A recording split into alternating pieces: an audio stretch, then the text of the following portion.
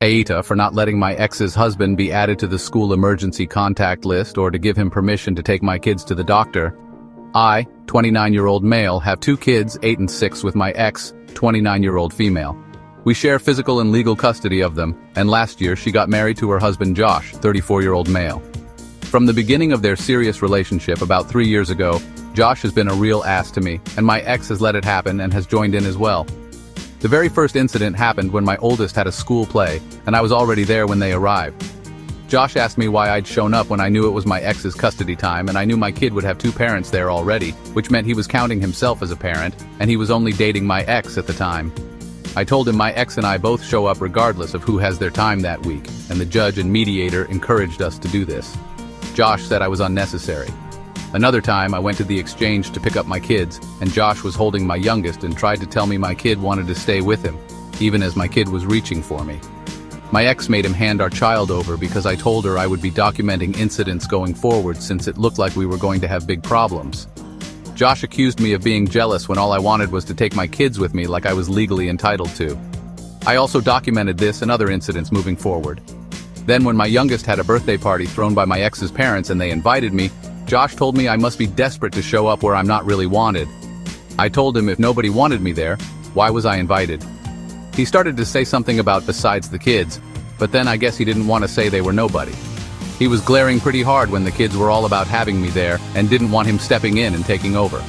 By the time they got married, I had over 30 incidents documented, and I had taken my ex back to court over the issues. I presented a case for what showed signs of potential alienation and also interference in the legal custody order. The judge warned my ex that Josh's behavior could cost her custody if she wasn't careful. So Josh was no longer present during exchanges. There were still texts from Josh that I had to document and save because he was still saying stuff he shouldn't be. Not in direct violation, but getting very close to it. I couldn't block him because communication needed to be open in case something happened and my ex couldn't get in touch with me. The good part is I didn't need to answer unless it was an emergency, and I didn't reply to those texts. Then my ex took me to court and wanted Josh to be granted guardianship of our kids. She made the argument that he was equally as involved as us but did not have the same legal rights. She said it would be simpler if he could take them to the doctor without us, sign them up for stuff without needing our permission. She said as a step-parent he was filling the role of a parent but did not have all the abilities we did. She also mentioned the ability for him to make decisions in case of an accident. The judge refused to grant the guardianship request. She told my ex that given our past and given our kids had 2 active parents, it was not necessary to give him all that legal access. She also made it so I was not obligated to give permissions like that. She said the same as if I were to marry. She would not need to give my wife these permissions. My ex asked if that included the emergency contact list at school, and the judge said yes, that included the emergency contact at school. That takes us to now. My ex wanted me to consent to the full decision-making and permissions anyway. Josh was never added to the emergency contact list. School requires the consent of both parents. So our kids have my ex, then me, then my mom and dad, and then her mom and dad as their emergency contacts. I also did not give permission for Josh to take the kids to the doctor alone.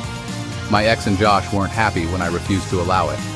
I told my ex I was not going to open the door for Josh to claim I gave him those rights because I didn't care about being a dad, or because I wanted to shirk my responsibility as a dad. And I can see him using those permissions to engage in more alienation or to have a way of using it to make me look bad. I could also see it becoming an issue if he uses it to try and push me out. I would rather prevent it before it can start happening.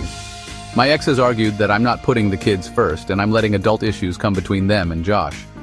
She said they deserve to have the love of both dads in their lives and that allowing Josh to care for them as we do when he's going to be around for the rest is the only right thing.